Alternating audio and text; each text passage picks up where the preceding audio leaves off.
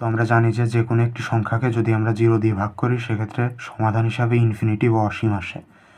তো এটার কারণটা খুবই সহজভাবে ব্যাখ্যা করার জন্য আমরা যে কোনো একটি সংখ্যা 1 নিয়েছি। তো 1কে প্রথমে যদি আমরা 0.1 দ্বারা ভাগ করি সেক্ষেত্রে সমাধান আসে 10। পরবর্তীতে যদি আমরা এটাকে আরও ছোট কোনো সংখ্যা দিয়ে ভাগ করি যেমন 0.01 সেক্ষেত্রে সমাধান আসে 100। এবং এটাকে যদি আমরা আরও কমাইতে থাকি এবং 0.001 দিয়ে ভাগ করি সেক্ষেত্রে সমাধান হিসাবে আসে 1000। এভাবে আরও কমাইতে থাকলে এইখানে আরও বাড়তে থাকে, অর্থাৎ 10,000 উত্তর আসে। তো এইভাবে করে আমরা দেখা যাচ্ছে যে 0-র যতই কাছাকাছি যাচ্ছি আমাদের উত্তর ততই বাড়তেছে। তো বলা যায় 1/0 টেন্ডস টু ইনফিনিটি, অর্থাৎ যদি আমরা 0-র কাছাকাছি কোনো একটা সংখ্যা দিয়ে 1কে ভাগ করি সেক্ষেত্রে আমাদের সমাধান হিসাবে ইনফিনিটি বা অসীম আসবে। জিনিসটাকে এইভাবে বলা যায় যে কোনো একটি সংখ্যাকে যদি আমরা x দিয়ে ভাগ করি এবং x যত 0-র কাছাকাছি যাবে আমাদের সমাধানটা ততই ইনফিনিটির কাছাকাছি যাবে।